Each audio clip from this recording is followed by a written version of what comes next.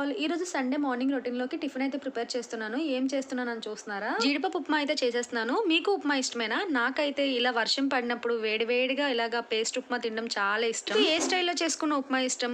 ఇలా చిన్న రవ్వతో చేసిన పేస్ట్ ఉప్మా ఇష్టమా, లేకపోతే ఎర్ర నూకలతో చేసుకున్న ఉప్మా ఇష్టమా, లేకపోతే సేమియా ఉప్మా ఇష్టమా? నేను ఎప్పుడు నూక తెచ్చుకుని ఇలాగ ముందుగా డ్రై రోస్ట్ చేసుకుని ఉంచేసుకుంటాను. ఎప్పుడైనా మనం ఈజీగా ఉప్మా చేసేసుకోవచ్చు అని చెప్పేసి. సరే నేను ఉప్మా ఏ ప్రాసెస్ లో చేసేస్తానో చెప్పేస్తాను. ఇలా ట్రై చేసి చూడండి, చాలా బాగుంటది ఉప్మా. ఫస్ట్ తాలింపులోకి ఆనియన్స్, పచ్చిమిర్చి, ఆవాలు, జీలకర్ర అండ్ 1 స్పూన్ మినపప్పు, శనగపప్పు వేసుకొని బాగా ఫ్రై చేసుకోండి. నెక్స్ట్ రోస్ట్ చేసిన పల్లీల్ని, జీడిపప్పును కూడా వేసుకొని ఒకసారి బాగా కలుపుకోవాలి. ఇప్పుడు అందులోకి చిన్నగా కట్ చేసుకున్న హాఫ్ టమాటా ముక్కని, ఒక చిన్న అల్లం ముక్కని అండ్ కొద్దిగా కరివేపాకును కూడా కట్ చేసి వేసుకోవాలి. కొంచెం టమాటా ఫ్రై అయిన తర్వాత హాఫ్ స్పూన్ పసుపు అండ్ 2 స్పూన్ సాల్ట్ కూడా వేసుకొని ఇప్పుడు వాటర్ యాడ్ చేసుకోవాలి. నేను ఇక్కడ 1 కప్ సూజీకి 3 కప్స్ వాటర్ యాడ్ చేస్తున్నాను. ఫైనల్ గా ఎసరు బాగా మరిగాక సాల్ట్ అడ్జస్ట్ చేసుకొని ముందుగా డ్రై రోస్ట్ చేసుకుని ఉప్మా రవ్వను యాడ్ చేసుకొని లో ఫ్లేమ్ లో 2 మినిట్స్ పాటు ఉడికించుకొని స్టవ్ ఆఫ్ చేసుకొని సర్వ్ చేసుకోండి. Bye bye, see you in next vlog.